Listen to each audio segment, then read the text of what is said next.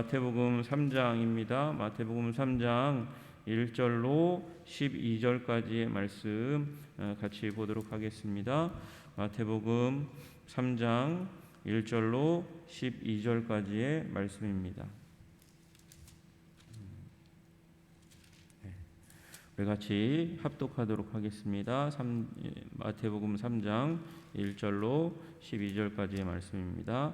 시작. 그때에 세례 요한이 이르러 유대 광야에서 전파하여 말하되 회개하라 천국이 가까이 왔느니라 하였으니 그는 선지자 이사야를 통하여 말씀하신 자라.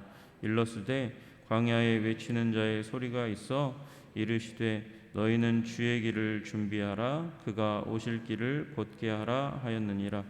이 요한은 낙대털 옷을 입고 허리에 가죽띠를 띠고 음식은 메뚜기와 석청이었더라. 그때에 예루살렘과 온 유대와 요단강 사방에서 다 그에게 나와 자기들의 죄를 자복하고 요단강에서 그에게 세례를 받더니 요한이 많은 바리새인들과 사두개인들이 세례 베푸는 대로 오는 것을 보고 이르되 독사의 자식들아 누가 너희를 가르쳐 임박한 진노를 피하라 하더냐. 그러므로 회개에 합당한 열매를 맺고 속으로 하나님이 우리 조상이라고 생각하지 말라. 내가 너희에게 이르노니 하나님이 능히 이 돌들로도 아브라함의 자손이 되게 하시리라. 이미 도끼가 나무 뿌리에 놓였으니 좋은 열매를 맺지 아니하는 나무마다 찍혀 불에 던져지리라. 나는 너희로 회개하게 하기 위하여 물로 세례를 베풀거니와 내 뒤에 오시는 이는 나보다 능력이 많으시니 나는 그의 신을 들기도 감당하지 못하겠노라. 그는 성령과 불로 너희에게 세례를 베푸실 것이요 손에 키를 들고 자기의 타작마당을 정하게 하사 알곡을 모아 곳간에 들이고 쭉정이는 꺼지지 않는 불에 태우시리라. 아멘. 우리 오늘 말씀의 시작을 그때에라고 시작하고 있습니다. 그때에 어떤 일이 일어나고 나서 그 다음에 일어나는 일이라는 의미인 것이죠. 네, 짧게는 23절에 예수님께서 나사렛 사람이라 칭하심을 이루려 하심이라. 그래서 나사렛에서 사셨다.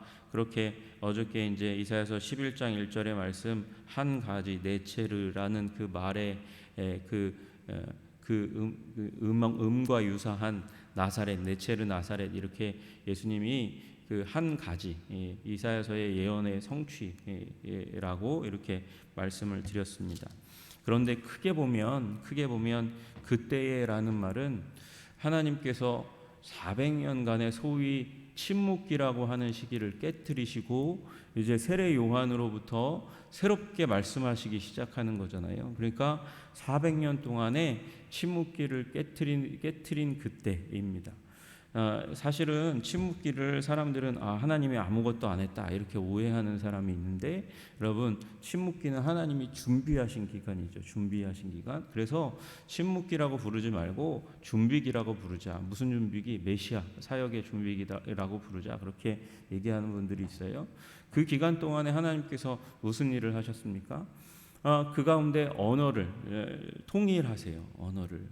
원래 유대말은 유대말이니까 유대말로 복음을 전하려면 언어를 다시 배워서 전해야 되잖아요. 근데 그 당시 가운데 국제적인 언어를 로마 제국 안에 국제적인 언어를 만들어 놓으셨어요. 그게 뭐예요?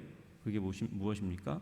그게 헬라어입니다. 누가 그렇게 했어요? 하나님께서 한 사람에게 정복의 열정을 주시고 그 사람을 통해서 정복을 시작하게 하심으로 말미암아 이 로마 제국의 전초 이 헬라 왕국이 전 세계를 정복하는 일이 일어납니다. 알렉산더가 전 세계를 정복하잖아요. 근데 알렉산더는 그냥 땅 따먹게 하는 왕이 아니고요. 헬라의 문화를 전 세계 가운데 온 세상 가운데 가득하게 하겠다는 헬레니즘의 선봉장이었어요. 그래서 가는 곳마다 학교와 도서관을 만들고 헬라어를 교육시키고 헬라의 문화를 깨우치게 합니다. 그리고 그 과정 가운데 알렉산드리아, 그 이집트의 알렉산드리아라는 곳에서 무슨 일이 일어납니까? 70인역 성경이 번역돼요. 히브리어 성경, 구약 성경이 헬라어로 번역되는 일이 일어나니까 어떻게 됩니까? 나중에 바울이 헬라어만 하면 어디든지 가서 복음을 전할 수 있는 일들이 일어나고, 또 구약 성경이 번역되어 있으니까 구약의 그 하나님이 약속하신 것이 어떻게 성취되었는지를 쉽게 많이 얘기할 수 있는, 빨리 얘기할 수 있는 그런 하나님의 준비가 있었어요. 그리고 이제 로마 제국이 그 다음에 등장하잖아요. 로마 제국이 등장해가지고 거기 하나의 정치 체계 안에, 그러니까 어떻게 됩니까? 비자가 별로 필요하지 않은 거예요. 통행증이 있으면 되니까. 게다가 바울은 로마 시민권자니까 자유롭게 로마 제국 전역을 이제 넘나들면서 복음을 전할 수 있는 자유가 있는 사람이니까 그렇게 해서 복음을 전하고, 거기에 길이 험악하면 안 되잖아요.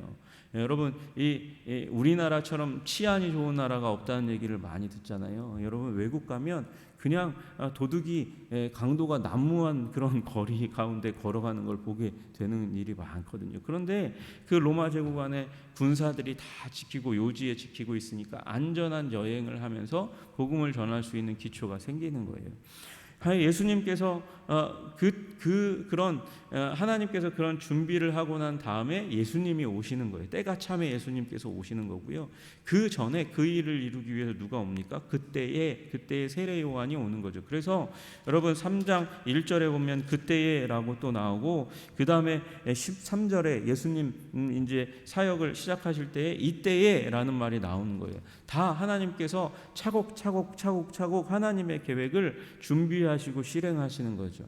여러분, 우리 인생이 막막할 때가 있습니다. 우리 인생이 정말 힘들고 어려울 때가 있습니다. 그러니까 하나님은 그런 하나님이시죠. 큰 왁구만 딱딱딱딱 짜고 우리 인생은 관심 없는 하나님이시죠?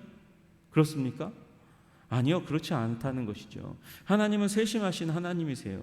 예수님은 구원 역사를 이루기 위해서 400년간의 준비의 기간을 갖고 그 가운데서 때가 참에 하나씩 하나님의 계획을 실행하신 하나님이실 뿐만 아니라 하나님은 세심하신 하나님이세요. 그의 자녀들에 대해서, 우리들을, 여러분과 저에 대해서 관심이 없으신 하나님이십니까? 그렇지 않다는 것이죠. 하나님께서는 때가 참에 또 세례 요한을 일으키시고 또 예수님의 사역을 시작하게 하신 것처럼 우리 인생 가운데서도, 우리 교회의 역사 가운데서도 때가 참에 일하시는 하나님이신 줄로 믿습니다. 준비하시고 일하시는 하나님이신 줄로 믿습니다. 우리는 다급해요. 우리는 성급해요. 그래서 이때 이렇게, 그리고 손쉽게 그렇게 낭망하는 존재들이죠. 그러나 주님의 그 놀라우신 손길을 믿음으로 바라보면서 주님은 오늘도 신실하게 일하시고 계시는, 성실하시게 일하시는 하나님이시라는 사실을 믿고 낭망을 거두어드리고 소망을 두시는 여러분 되시기를 주님의 이름으로 축복합니다. 그때의 세례 요한이 유대 광야에 전파하여 말하되 회개하라 천국이 가까웠느니라 그렇게 말씀하십니다. 그는 선지자 이사야를 통하여 말씀하신 자라 그렇게 일렀을 때 광야에 외치는 자의 소리가 있어 이르되 너희는 주의 길을 준비하라 그가 오실 길을 곧게 하라 그렇게 말씀하시는 장면이 나와요. 이게 이사야서 40장 3절의 말씀에 성취라고 그렇게 말씀하십니다. 여러분, 이사야서 40장 3절에 이 말씀이 그대로 나와요. 그리고 나서 4절에 뭐라고 말씀하시냐면 골짜기마다 도두어지며 산마다 언덕마다 낮아지며 고르지 아니한 곳이 평탄하게 되며 험한 곳이 평지가 될 것이요 이렇게 얘기합니다. 골짜기가 올라가고 산이 깎여져서 평지가 되는, 그래서 이 높아진 마음들을 낮아진 마음을 높아지게 만들어주는 그런 일들이 일어나는 게 이 세례 요한의 사역의 특징이다 이렇게 얘기할 수 있겠죠. 그리고 그 다음에 5절에 보면, 이사야서 40장 5절에 보면 이렇게 나와 있어요. 여호와의 영광이 나타나고 모든 육체가 그것을 함께 보리라 이는 여호와의 입에 말씀하셨느니라. 여러분, 여호와의 영광이 나타난다. 여호와의 영광이 누구예요? 예수님이죠. 세례 요한의 사역의 끝에 결국 여호와의 영광이 나타나고 모든 육체가, 그리고 이 모든 육체를 다른 말로 뭐를 표현할 수 있냐면 모든 민족이 그것을 함께 보리라, 여호와의 영광을 함께 보리라 이렇게 얘기하는 거예요. 그래서 여러분, 이 이사야가 예언한 이 예언을 통해서 결국 모든 민족을 향한 영광이 드러나게 될 것이다. 그래서 세례 요한이 그 전초전인 것이고, 또 침묵기의 마지막에 말씀하셨던 말씀, 이 말라기 4장 보면 4장 5절에 보라, 여호와의 크고 두려운 날이 이르기 전에 내가 선지자 엘리야를 너희에게 보내리니. 엘리야는 그 전에 있었어요. 그 전에 있었는데 엘리야와 같은 그런 선지자가 크고 두려운 날이 오기 전에, 마지막 시대가 오기 전에 오게 될 것이다. 그 엘리야가, 이 말라기에 예언된 엘리야가 바로 지금 이제 사역을 계시하는 거죠. 여러분, 마지막 시대 가운데서 이제 그 예수님이 그 마지막 시대의 처음이고, 그리고 그 앞에 세례 요한이 있다고 얘기하는 거예요. 여러분, 그러면 우리가 지금 마지막 시대에 살고 있다는 것이죠. 마지막 시대에 우리는 살고 있는 거예요. 주님 다시 오실 그 날을 준비하는 마지막 시대를 살고 있고, 생각보다 굉장히 길죠. 왜 그래? 왜 길어요? 왜 길까요? 왜 2000년 동안이나 이렇게 마지막 시대가 길어요? 오랫동안 하나님이 사랑의 마음으로 기다리니까, 모든 민족이 돌아오도록 사랑의 마음으로 기다리시니까 그렇게 긴데, 그 앞에 그 사랑이 끝나면 어마어마한 진노의 날이 올 것이죠. 그것을 예비하라고 선지자 이사야를 통해서 예언하신 엘리야의 역할을 감당하는 세례 요한이 왔어요. 여러분, 어떻게 엘리야 같은 사람이 라고 얘기할 수 있을까요? 여기 보니까 이 요한은 낙타 털옷을 입고 허리에 가죽띠를 띠고 음식은 메뚜기와 석청이었더라, 이렇게 말씀하고 있는데, 여러분, 여기 나와 있는 이 세례 요한의 복장 때문에 그래요. 열왕기하 1장 8절에 보니까 엘리야의 모습에 대해서 어떻게 얘기하냐면 털이 많고 그 다음에 가죽 허리띠를 띄었다, 이렇게 되어 있거든요. 털이 많다는 건 엘리야가 몸에 털이 많다는 게 아니라 털옷을 입었다는 거예요. 털옷을 입었고, 그 다음에 허리에 이렇게 허리띠를 띈 사람이, 이 구약 성경에 그렇게 복장을 한 사람이 엘리야밖에는 없어요. 그러니까 엘리야와 같은 복장을 하고 있다, 이렇게 이야기해서 세례 요한과 엘리야의 그 모습의 유사성을 설명하고 있고요. 그리고 그가 어디에 있었습니까? 어디로부터 사역을 시작합니까? 유대 광야에서 시작합니다. 유대 광야는 이렇게 사람으로부터 떨어진 곳이라는 것을 의미하는 거죠. 사람이 잘 살지 않는, 이제 이 사두개인과 바리새인 실어가지고 도망가서 그 유대 광야에 숨어서 신앙생활하던 사람이 있거든요. 그들을 에센파라고 불러요. 아마 세례 요한은 그 에센파 중에 하나였을 것으로 여겨집니다. 그곳 가운데서 세상과 결별했으니까 그 지극한 성결을 추구하는 사람이잖아요. 그가 이제 나와서 이 요단강 사방에서 죄를 자복하고 주님께 돌아오라고, 이제 마지막 때가 왔으니 주의 길을 이제 준비하는 그가 이제 회개하고 천국이 가까웠으니까 회개하라고 그렇게 말씀하시는 그 자리 가운데 나아가는 것을 보게 됩니다. 여러분, 천국에 이제 다가올 하나님의 나라, 그 하나님의 나라에 합당한 자의 삶의 방식이 무엇입니까? 회개하는 것입니다. 회개하고, 그리고 이 돌이키는 삶을 사는 것입니다. 그게 하나님 나라에 합당한 삶의 방식이죠. 그것이 진노를 피하는 길입니다. 물론 여기 이제 세례 요한이 사두개인과 바리새인들이 오는 걸 보면서 누가 너희 보고 임박한 진노를 피하라 하더냐 그러면서 꾸짖으시지만, 이것이 방식인 거죠. 우리가 아무리 악한 자라 할지라도, 우리가 아무리 높아진 자라 할지라도 세례 요한의 사역이 높아진 걸 낮아지게 하는 거니까, 사두개인과 바리새인들처럼 높아져서 영적으로 교만한 사람들조차도 이 세례 요한의 사역의 목적은 낮아지게 하는 거잖아요. 낮아지는 게 무엇입니까? 회개하는 것이에요. 여러분, 낮아진 자, 도덕적으로 삶이 깨어지고 부서진 자를 높아지게 하는 길이 무엇이겠습니까? 하나님의 스탠다드로 높아지게 하는 거죠. 그게 회개라는 거예요. 회개하는 자에게 하나님께서 함께 하시죠. 회개하는 자를 하나님께서 어떻게 하십니까? 기뻐하시죠. 삶을 변화시키고자 하는 자에게. 메타노이아라는 단어가, 그저 회개라는 그 단어가 눈물만 철철 흘리는 것이 아니고 방향의 전환을 의미하는 거거든요. 방향의 전환이라는 말은 내가 걸어왔던 살아왔던 삶의 방식을 버리고 하나님이 원하시는 삶의 방식을 취한다는 것이에요. 그것이 진정한 하나님이 원하시는 삶의 방식이라는 거예요. 내 방식, 내 뜻대로 살아가는 것을 이제 포기하고 하나님의 뜻대로 하나님의 길을 걸어가겠습니다. 그렇게 고백하는 거죠. 여러분, 이에 대해서 요한이 뭐라고 말씀하십니까?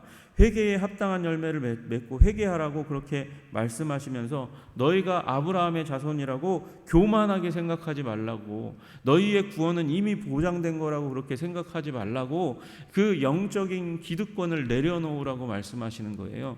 여러분, 우리가 회개하며 살아가는 삶, 다시 얘기해서 거룩하게 살아가는 삶의 기초는 내가 이렇게 살아왔는데, 내가 목사인데, 이런 마음들을 버리고 하나님 앞에서 겸손한 마음으로 서는 것으로부터 시작되는 것이죠. 거기에 하나님이 부으시는 부흥의 불길의 시작이 일어나는 것을 믿으시기를 주님의 이름으로 축복합니다. 그렇지 않으면 이런 영적인 이 교만 가운데 있으면 하나님의 뜻을 도외시하기가 굉장히 쉬워요. 그건 저 사람들을 위한 말이고 나를 위한 말은 아니라고 생각하면 어찌 은혜를 받고 어찌 삶이 변화될 수 있겠습니까? 예수님이 뭐라고, 이 세례 요한이 뭐라고 말씀하세요? 돌들로도 아브라함의 자손을 만들 수 있어. 너희들 아무것도 아니야. 높아진 자들을 향하여, 교만하여진 자들을 향하여 그렇게 말씀하시는 것이에요. 그리고 그것에 대해서 하나님, 이 세례 요한이 이 경고의 말을 하게 되는데, 나는 물로 세례를 베풀 뿐이야. 나는 물로 세례를 베풀 뿐이지만 내 뒤에 오시는 분이 계신데 능력이 많은데 그분은 나는 그의 신을 들기도 감당하지 못하는데 그는 성령과 불로 너희에게 세례를 베푸실 것이다. 이렇게 말씀하세요. 성령과 불로, 불성령. 여러분, 성령이라는 단어가 루아흐라는 단어거든요. 이 단어는 숨이라는 단어예요. 다른 말로는 바람이라는 단어예요. 바람이라는 단어. 여러분, 그러니까 12절과 그렇게 연결되는 거죠. 손에 키를 들고 자기의 타장마당을 정하게 하사 알곡은 모아 곳간에 들이고 쭉정이는 꺼지지 않는 불에 태우시리라. 이제 이 알곡과 쭉정이를 이제 구분해야 되는데, 키질을 할 때 뭐가 불면 빨리 여기 쭉정이가 날아가겠습니까? 뭐가 불면? 바람이 불면. 성령, 바람이 성령과 불로써, 바람과 불로써, 그래서 이 쭉정이들이 한순간 그 마지막 때에는 불바람에 의해서 키질을 하시는 그 메시아에 의해서 훅 날아가 사라져버리게 될 것이다. 그렇게 지금 누구를 향해서? 영적으로 교만한 바리새인과 사두개인들을 향해서 주님께서 경고하시는 거예요. 여러분, 그래서 교만은 이렇게 무서운 것입니다. 하나님께서 멸하시고자 하시고 부수시기 원하시고 깨뜨리기 원하시고 멸망 가운데로 몰아가기를 원하시는 게 바로 교만이라는 것이죠. 여러분, 우리가 교만한 자 되지 않기를 주님의 이름으로 축복합니다. 겸손한 자, 나는 하나님 앞에서 잘 모릅니다. 주님 알려주십시오. 제가 갈 바를 알지 못하오니 주님 알려주십시오. 주님의 능력이 아니면 나는 할 수 있는 능력이 없습니다. 주님께서 맡겨주신 이 일을 주님께서 도와주시지 않으면, 함께 하시지 않으면, 힘주시지 않으면 나는 아무것도 할 수 없는 부족하고 연약한 영혼들입니다. 그러면 할 수 있는 일이 뭘까요? 할 수 있는 일은 기도밖에는 없는 거예요. 그래서 기도의 사람이 겸손의 사람이죠. 여러분, 가끔 보면 우리는 또 나는 기도 많이 한 사람이라고, 그래서 다 한다고 이렇게 얘기하는 이상한 사람도 만나요. 그렇지만 여러분, 기도는 분명한 겸손의 표현입니다. 교만하게 되지 않고, 기도하다 교만하게 되지 않기를 소원합니다. 여러분, 우리 다 겸손하게 주님 앞에, 주님 말씀하십시오. 주님 말씀하시면 순종하겠습니다.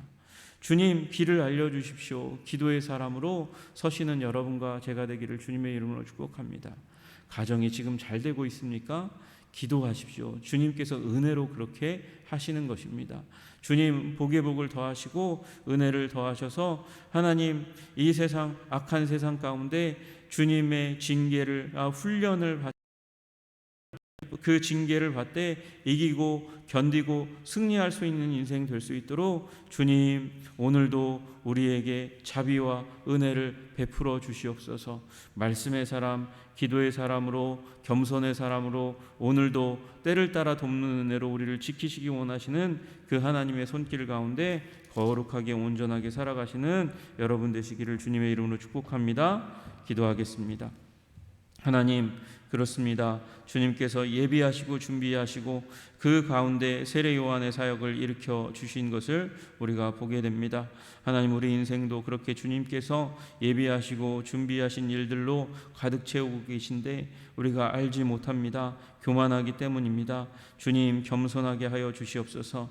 주님께서 그렇게 이 말라기 선지자를 통해서 엘리야 선지자가 오게 될 것이라고 이사야를 통해서 말씀하신 것처럼 우리 인생 가운데 하나님께서 말씀으로 예비해 주신 많은 계획들이 있는데 보지 못하고 듣지 못하고 아버지 지나가는 스쳐가는 인생 되지 않도록 주님이 말씀하신 것에 반응하며 살아가고 순종하며 살아가는 인생 될 수 있도록 주님 붙들어 주시고 인도하여 주시옵소서. 그래서 이 마지막 시대에 주님께서 심판을 예비하고 계신 이 시대 가운데 지혜롭게 거룩하게 성결하게 겸손하게 살아가는 우리 한성의 백성들이 될 수 있도록 주님 도와 주시옵소서. 예수 그리스도 이름 받들어 기도드리옵나이다.